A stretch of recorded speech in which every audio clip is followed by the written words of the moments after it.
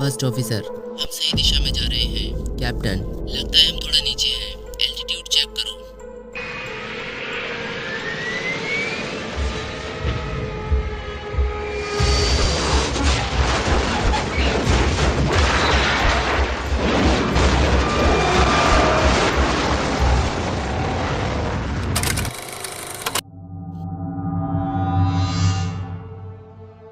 आज हम बात करने वाले हैं फ्लाइट 148 के बारे में। ये विमान दुर्घटना इतिहास के पन्नों में दर्ज हो गई।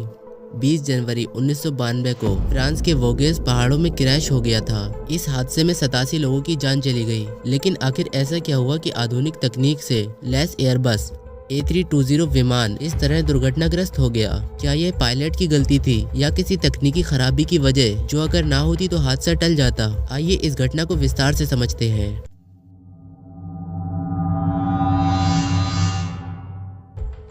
20 जनवरी 1992 को फ्लाइट 148 ने लियोन सेंट एक्सुपेरी एयरपोर्ट से उड़ान भरी और इसको स्ट्रासबर्ग एयरपोर्ट जाना था। इस विमान में 6 क्रू मेंबर्स और 87 यात्री सवार थे। इस विमान के कैप्टन क्रिश्चियन अगोन, जिनकी उम्र 45 साल थी और इनके पास 10,463 हॉर्स प्लेन उड़ाने का एक्सपीरियंस था। फर्स्ट ऑफिसर जोएल चेरिगनार्ड, इनकी उम्र 31 साल थी और इनके पास 4,000 हॉर्स प्लेन उड़ाने का एक्सपीरियंस था। यह एक शॉर्ट हॉल डोमेस्टिक फ्लाइट थी और सामान्य परिस्थितियों में इसे बिना किसी परेशानी के 50 मिनट में पूरा हो जाना चाहिए था। लेकिन शायद इस दिन किस्मत को कुछ और मंजूर था।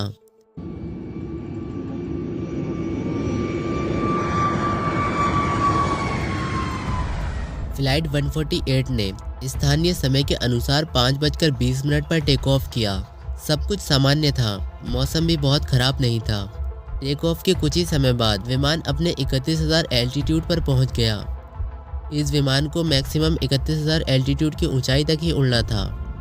अभी तक सब कुछ नॉर्मल था, किसी को अंदाज़ा भी नहीं था कि आने वाले कुछ ही मिनटों में क्या होने वाला है।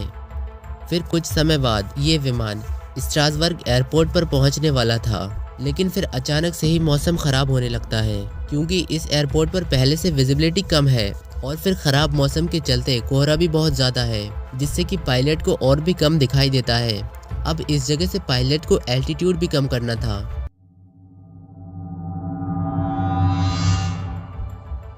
एयरबस A320 में एक नई ऑटो पायलट टेक्नोलॉजी थी, जिसे पायलट्स के लिए सुविधाजनक बनाया गया था।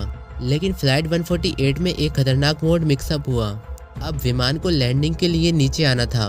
पायलट ने 3.3 डिग्री फ्लाइट पथ के बजाय 3300 फीट प्रति मिनट की दर से उतारने का कमांड दे दिया। इस गलती के कारण विमान बेहद तेजी से नीचे आने लगा और पायलट्स को इस बात का एहसास तक नहीं था। A320 में ऑटो पायलट के 2 प्रमुख मोड होते हैं। एक FPA यानी फ्लाइट पथ एंगल मोड, जो विमान का एक निश्चित कोण प्रयोग होता है। 2 वर्टिकल स्पीड मोड, जो विमान को प्रति मिनट एक निश्चित फीट के दर से नीचे लाने के काम आता है।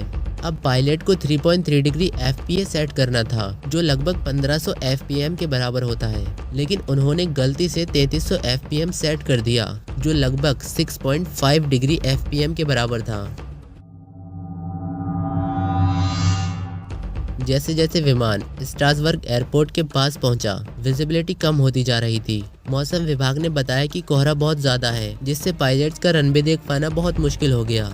5:41 विमान मोंट सेंटे ओडिले नामक पहाड़ से केवल कुछ सेकंड की दूरी पर था, लेकिन तब तक बहुत देर हो चुकी थी।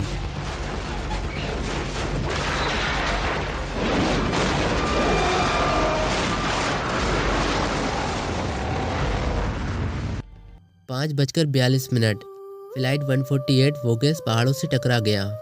विमान 4300 फीट की ऊंचाई पर एक जंगल से टकराया। टक्कर इतनी ज़बरदस्त थी कि विमान बहुत बुरी तरह से टूट गया। कुल 93 पैसेंजर्स में से 87 पैसेंजर्स की मौत हो गई। केवल 6 लोग ही बच पाए।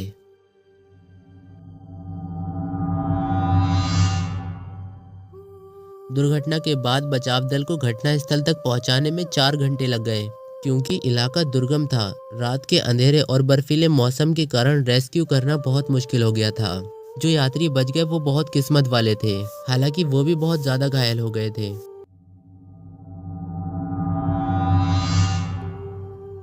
ब्लैक बॉक्स मिलने के बाद इस हादसे की जांच फ्रांसीसी विमानन प्राधिकरण ने की।